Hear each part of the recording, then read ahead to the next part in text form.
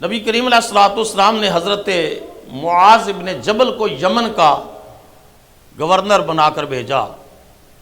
اور اس دور میں گورنر کے پاس ایگزیکٹو پاورز بھی ہوتی تھیں اور جوڈیشیل پاورز بھی ہوتی تھی۔ ہمارے ہاں پولیٹیکل سسٹم میں مجسٹریٹ جو ہوتا ہے اس کے پاس جوڈیشیل اور ایگزیکٹو دونوں پاورز ہوتی ہیں، تو ان کو بنا کر بھیجا۔ تو حضرت معاذ ابن جبل کو، اور کیا خوبصورت انداز تھا رسول اللہ صلی اللہ علیہ وسلم کا، حضور مدینہ طیبہ سے باہر ان کو الوداع کرنے کے لیے خود تشریف لائے، اور راستے میں حضور نے پوچھا معاذ کیسے وہاں فیصلے کرو گے؟ تو انہوں نے کہا بے کتاب اللہ، میں اللہ کی کتاب کے مطابق فیصلے کروں گا۔ حضور نے فرمایا اگر تجھے کتاب اللہ سے کوئی حکم نہ مل سکا، انہوں نے عرض کی بسنت رسول اللہ، پھر میں رسول اللہ صلی اللہ علیہ وسلم کی سنت کے مطابق فیصلہ کروں گا۔ حضور نے ارشاد فرمایا ان لم تجد فیہما، اگر تو قرآن و سنت میں کوئی حکم نہ پائے، حکم تو موجود ہوگا تو نہ پائے، تو انہوں نے کہا ثم اجتہد برائی، پھر میں قرآن اور سنت کی روشنی میں اجتہاد کروں گا۔ تو نبی پاک علیہ الصلوۃ والسلام نے ان کے سینے پر ہاتھ مار کر فرمایا اللہ کے لیے ہیں ساری تعریفیں جس نے اپنے رسول کے قاصد کو شرح صدر عطا فرمایا ہے، اور اس نے صحیح جواب دیا ہے۔ تو حضور نے فرمایا کہ جب تم وہاں جاؤ تو اہل کتاب کی ایک جماعت کے پاس جا رہے ہو،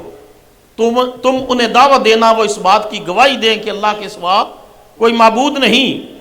اور یہ گواہی دیں کہ میں اللہ کا رسول ہوں۔ اگر وہ مان لے تو انہیں بتانا اللہ نے ان پر رات اور دن میں 5 وقت کی نمازیں فرض کی ہیں۔ اگر یہ بات مان لیں تو پھر انہیں بتانا اللہ نے ان کے مال میں زکوٰۃ فرض کی ہے، جو ان کے مالداروں سے لی جائے گی اور ان کے فقیروں اور مسکینوں میں لٹائی جائے گئی۔ تُؤْخَذُ مِنْ أَغْنِيَائِهِمْ، یہ ہے اسلام کا فائنینشیل سسٹم، اکنامک سسٹم، یہ سود کے اوپر مبنی نہیں ہے۔ تُؤْخَذُ مِنْ أَغْنِيَائِهِمْ، پیسہ مالدار سے لیا جائے گا، وَتُرَدُّ عَلَىٰ فُقَرَائِهِمْ، اور deprived pours deserving people in کے اندر ڈسٹریبیوٹ کیا جائے گا۔ اگر اسلام کے زکوٰۃ کے نظام کو صحیح معنوں میں امپلیمنٹ کر دیا جائے تو دنیا سے غربت کا خاتمہ ہو سکتا ہے۔ اور فرمایا اگر وہ یہ مان لیں تو تم ان کے عمدہ مال لینے سے اپنے آپ کو بچانا، اور فرمایا واتق دعوت المظلوم، اور معاذ یمن میں جا رہے ہو تو مظلوم کی بد دعا سے بچنا۔ آج جتنے مسلمان ممالک ہیں اس کے اندر کتنا ظلم ہو رہا ہے۔ حضور نے بطور خاص آخر میں فرمایا جب تم وہاں کے حاکم بن کے جا رہے ہو تو مظلوم کی بد دعا سے بچنا، فَإِنَّ لَيْسَ بَيْنَهَا وَبَيْنَ اللَّهِ حِجَابٌ، کیونکہ مظلوم کی بد دعا اور اللہ کے درمیان کوئی پردہ نہیں ہوتا۔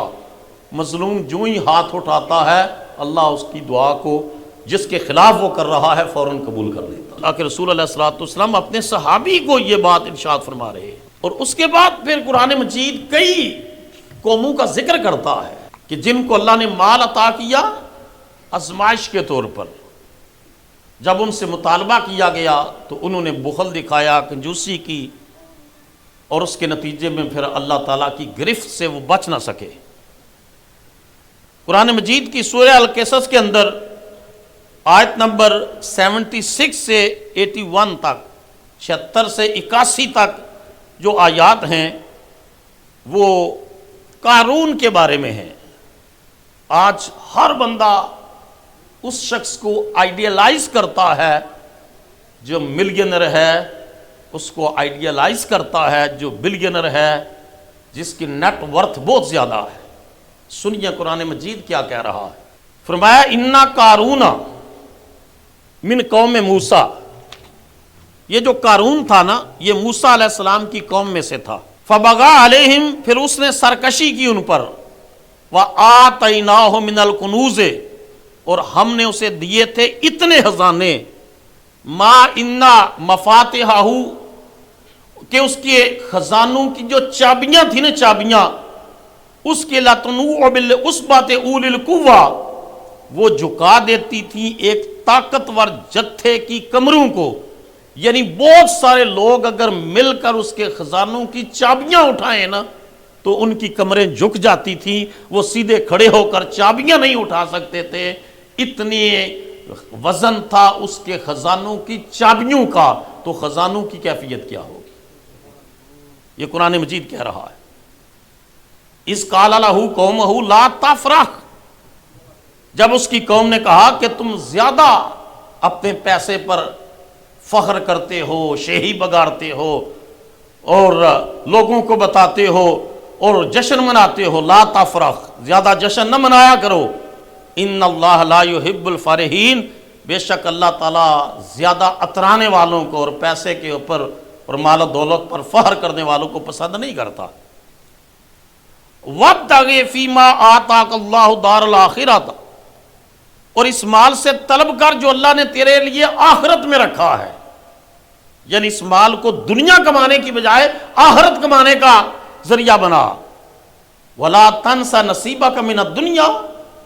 اور دنیا میں بھی اپنا حصہ فراموش نہ کر، ہاں اس پیسے سے تو اپنی دنیا کی ضرورتیں بھی پوری کر جو تیری ضرورتیں ہیں، لیکن آخرت کو ضرور پیش نظر رکھ۔ وَأَحْسِنْ كَمَا أَحْسَنَ اللَّهُ إِلَيْكَ، اور جس طرح اللہ نے تیرے اوپر احسان کیا ہے تو لوگوں پر احسان کیا کر۔ یہ قرآن مجید کا یہ جملہ بڑا قابل غور ہے۔ کوئی بیوہ ہم سے سوال کرے، کوئی یتیم ہم سے سوال کرے، کوئی ضرورت مند رشتہ دار ہم سے سوال کرے اور ہمارے پاس پیسہ ہو تو ہم بجائے اس کو جھڑکیں، اس کے اوپر جو ہے وہ غصہ کریں، اللہ فرما رہا ہے وَأَحْسِنْ كَمَا أَحْسَنَ اللَّهُ إِلَيْكَ، یہ جو اللہ نے تجھے عطا کیا ہے نا، اللہ تیری جگہ اس کو بھی عطا کر سکتا ہے، جس طرح اللہ نے تیرے اوپر احسان کیا ہے تو لوگوں پر احسان کر۔ وَلَا تَبْغِ الْفَسَادَ فِي الْأَرْضِ، اور دنیا میں زمین میں فتنہ فساد نہ پیدا کر، ان اللہ لا يحب المفسدین، بے شک اللہ تعالیٰ دوست نہیں رکھتا فساد کرنے والوں کو۔ فسادی جو ہے وہ اللہ تعالیٰ جو ہے اس کو سخت ناپسند کرتا ہے، فسادی کو۔ اب یہ جو شخص ہے قارون، اس کے بارے میں آتا ہے کہ یہ شخص جو ہے حضرت موسیٰ علیہ السلام ان کا رشتہ دار تھا، اور رشتہ دار تھا،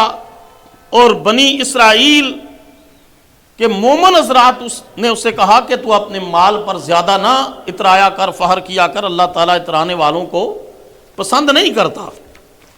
لیکن وہ ہر وقت اپنے مال و دولت کی،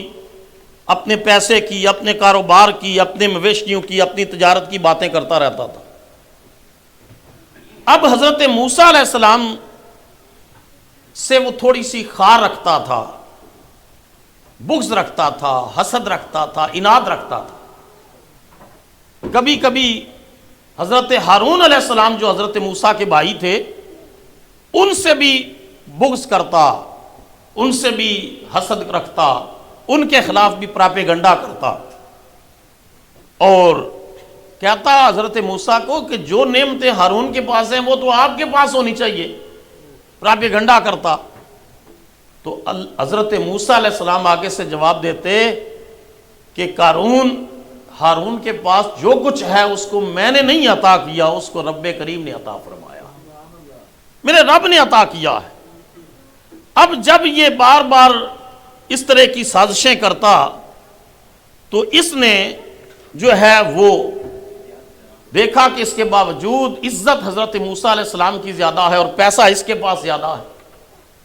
ہر کمیونٹی، ہر گاؤں، ہر سٹی، ہر ملک، ہر لوکیلٹی کے اندر پیسے والا آدمی اس سے حسد کرے گا جس کی عزت زیادہ ہے، پیسہ نہیں ہے۔ یہ خبیث الفطرت انسان قرآن مجید بیان کر رہا ہے۔ قارون یہ حضرت موسیٰ سے حسد کرتا، پراپیگنڈا کرتا، سازشیں کرتا، فساد پھیلاتا، اور جب دیکھا کہ حضرت موسیٰ کی عزت بڑھ رہی ہے تو اپنے لوگوں کو یہ کہنے لگا کہ حضرت موسیٰ کے خلاف تم کیوں نہیں نکلتے؟ پھر اللہ تعالیٰ کا حکم آیا کہ مالداروں سے زکوٰۃ لو،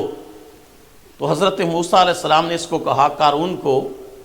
کہ اللہ کا حکم آیا، اس نے کہا نہیں یہ زکوٰۃ کون سی ہوتی ہے، پیسہ کون سا میں اللہ کی راہ میں کدھر دوں۔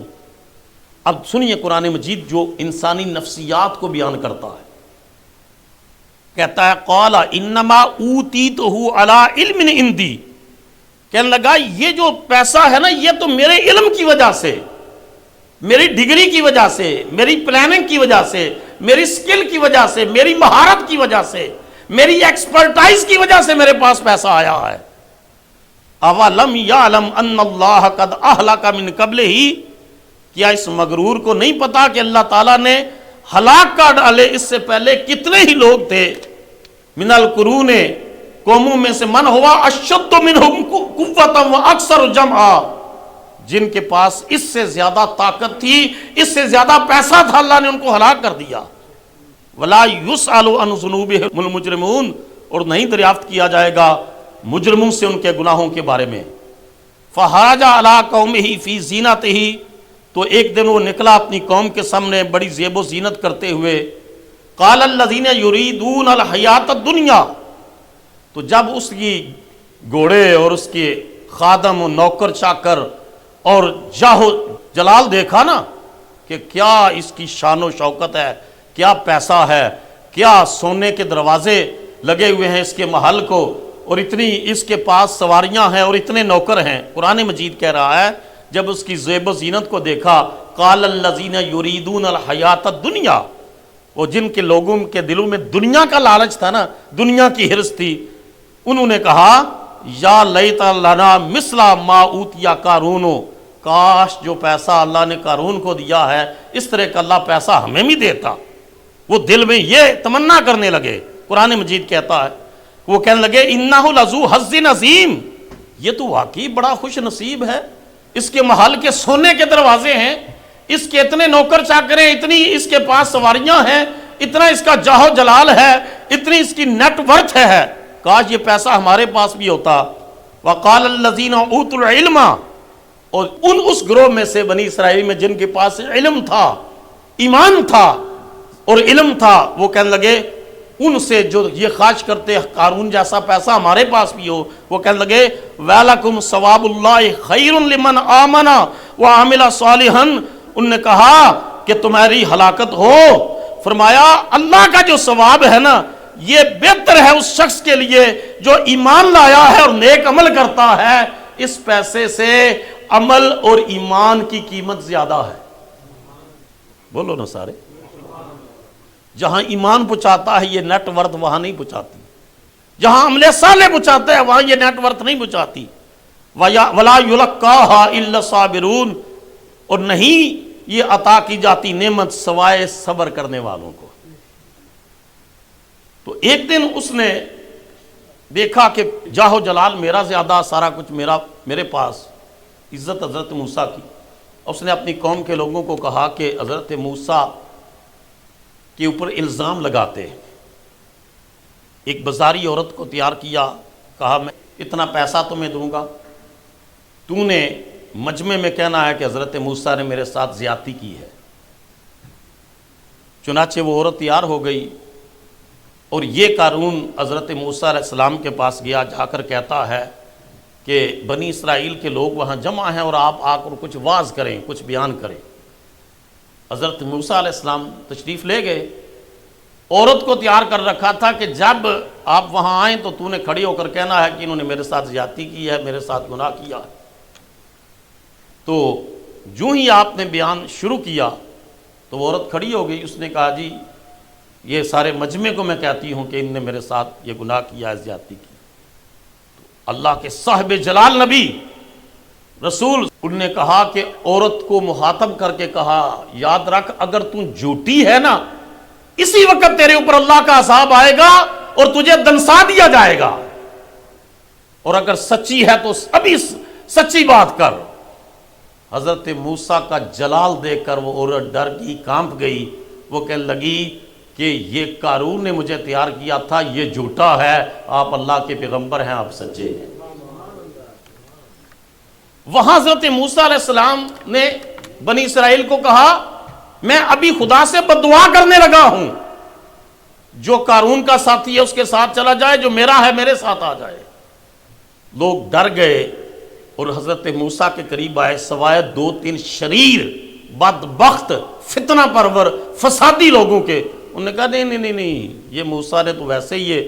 تقریریں کر کر کے درس دے دے کر یہ کیا ہوا ہے، ہم تو قارون کے ساتھی ہیں، اس کے پیسہ تو اس کے پاس ہے، دنیاوی وجاہت اور دنیاوی چدراہٹ تو اس کے پاس ہے، دبدبہ تو اس کے پاس ہے۔ خدا کے پیغمبر نے ہاتھ اٹھائے، اللہ اس خبیث الفطرت انسان نے مجھے بہت تنگ کیا ہے، ابھی اپنا عذاب نازل کر اور اس کو زمین کے اندر دنسا دے۔ زمین نے کھینچنا شروع کر دیا۔ قرآن مجید کہہ رہا ہے پہلے ٹخنوں تک، پھر گھٹنوں تک، پھر چیخا، رویا اور اس کے ساتھی خدا سے معافی لے دے، ہم توبہ کرتے ہیں۔ فرمایا نہیں، اب توبہ کا وقت گزر چکا ہے۔ اللہ پاک نے فرمایا فَحَسَفْنَا بِهِ وَبِدَارِ الْأَرْضِ، پس ہم نے غرق کر دیا اسے اور اس کے گھر کو بھی زمین میں۔ فَمَا كَانَ لَهُم مِّن فِئَةٍ يَنصُرُونَهُ مِن دُونِ اللَّهِ، تو نہ تھی اس کے حامیوں کی کوئی جماعت جو اس وقت اس کی مدد کرتی اللہ کے مقابلے میں۔ وَمَا كَانَ مِنَ الْمُنتَصِرِينَ، اور وہ خود بھی اپنا انتقام نہ لے سکا۔ وَأَصْبَحَ الَّذِينَ تَمَنَّوْا مَكَانَهُ بِالْأَمْسِ، اور صبح کی ان لوگوں نے جو کل تک اس کے مرتبے کی آرزو کر رہے تھے کہ کاش قارون جیسا پیسہ، جاہ و جلال، نوکر چاکر حال ہمارے پاس بھی ہوتا، اور وہ تمنا جو آرزو کر رہے تھے، یقولون وَإِكَأَنَّ اللَّهَ يَبْسُطُ الرِّزْقَ لِمَن يَشَاءُ، وہ یہ کہتے ہوئے پائے گئے اب پتہ چلا ہے اللہ جس کے لیے چاہتا ہے رزق کو کشادہ فرما دیتا ہے۔ اونچا بولو سارے، جس کے لیے چاہتا ہے، من عبادی، اپنے بندوں میں سے، وَيَقْدِرُ، اور جس کا چاہتا ہے اس کا رزق سمیٹ دیتا ہے، کہ کوئی مت جھوٹا اترائے اور خواہش کہے کہ میرے پاس یہ پیسہ ہے، اللہ جس کا چاہتا ہے سمیٹ بھی دیتا ہے۔ لولا امن اللہ علینا لخسف بنا، اور فرمایا اللہ نے اگر ہم پر احسان نہ کیا ہوتا تو ہمیں بھی زمین میں گاڑ دیتا جس طرح قارون کو گاڑا ہے۔ وَإِكَأَنَّهُ لَا يُفْلِحُ الْكَافِرُونَ، اور اب پتہ چلا کہ کافر بامراد نہیں ہوتے، اور وہ تو حضرت موسیٰ کے سامنے پہلے ٹخنوں تک، پھر گھٹنوں تک، پھر کمر تک، پھر کندھوں تک، پھر گردن تک وہ دنستے ہوئے جا رہے تھے، اور بنی اسرائیل دیکھ رہے تھے۔ قرآن مجید اس بات کا اعلان کر رہا ہے، اور مگر حدیث پاک میں آتا ہے کہ فرمایا قیامت کے دن تک وہ زمین کے اندر دنستے ہی رہیں گے، کیونکہ وہ دین کا مذاق اڑاتے، دینداروں کا مذاق اڑاتے، کیونکہ ان کے پاس 4 پیسے تھے، ان خبیثوں کے پاس مال تھا، ان لعنتیوں کے پاس جو ہے دنیا کی جاہ و جلال تھی، اختیار تھا، تو دین کا، دینداروں کا، ٹوپی داڑھی کا مذاق اڑاتے۔ آج بھی جو شخص اس طرح کا جو ہے وہ سوچ رکھتا ہے، اور ایک طبقہ ہے جو سوچ رکھتا ہے، ان کی مجلسوں میں آپ چلے جائیں، ہر وقت ان کی زبانیں مولویوں کے خلاف بول رہی ہوں گی، ہر وقت مسجدوں کے خلاف پراپیگنڈا ہے، ہر وقت داڑھی اور ٹوپی کا مذاق ہے، ہر وقت قاری صاحب،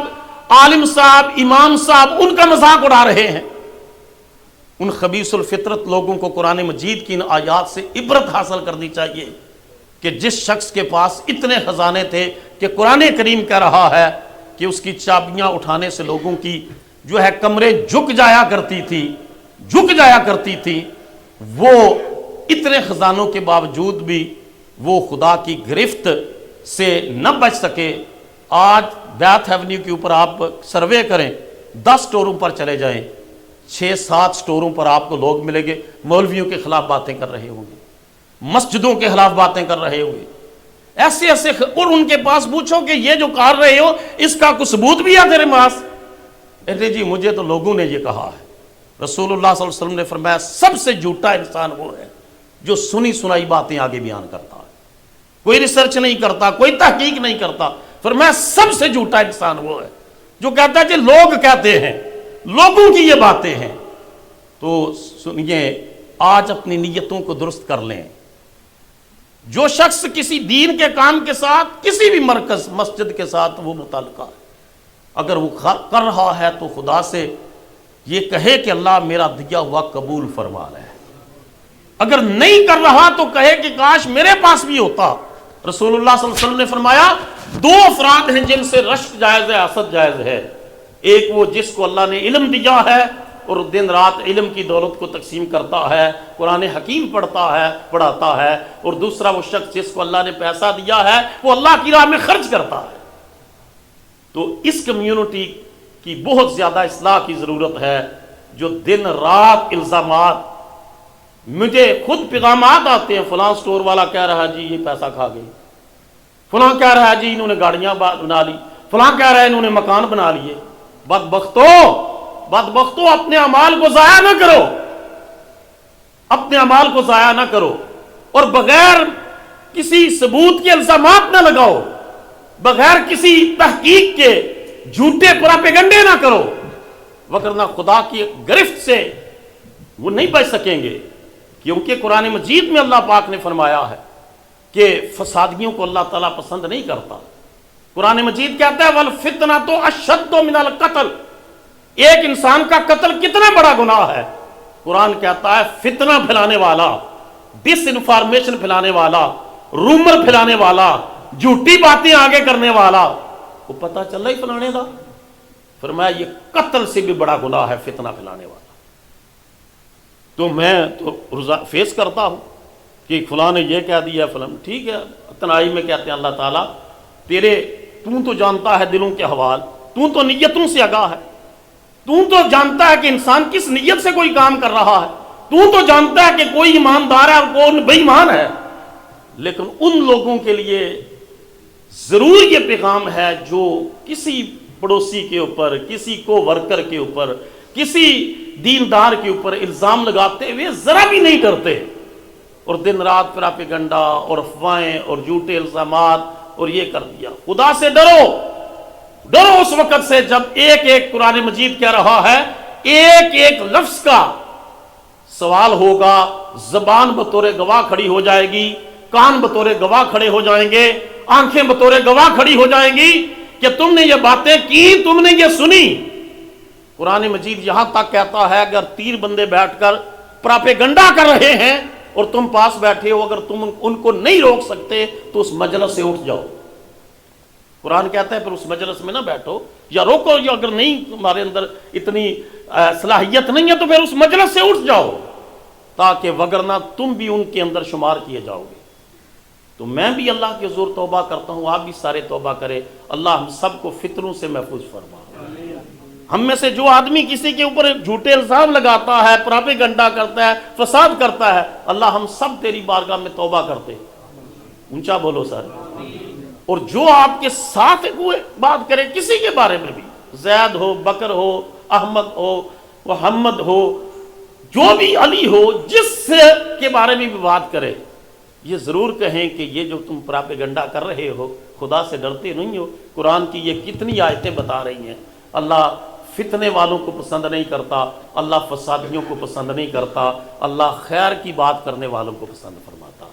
زبان سے اچھی بات کرنے والوں کو پسند کرتا. اللہ تعالیٰ مجھے بھی اور آپ سب کو بھی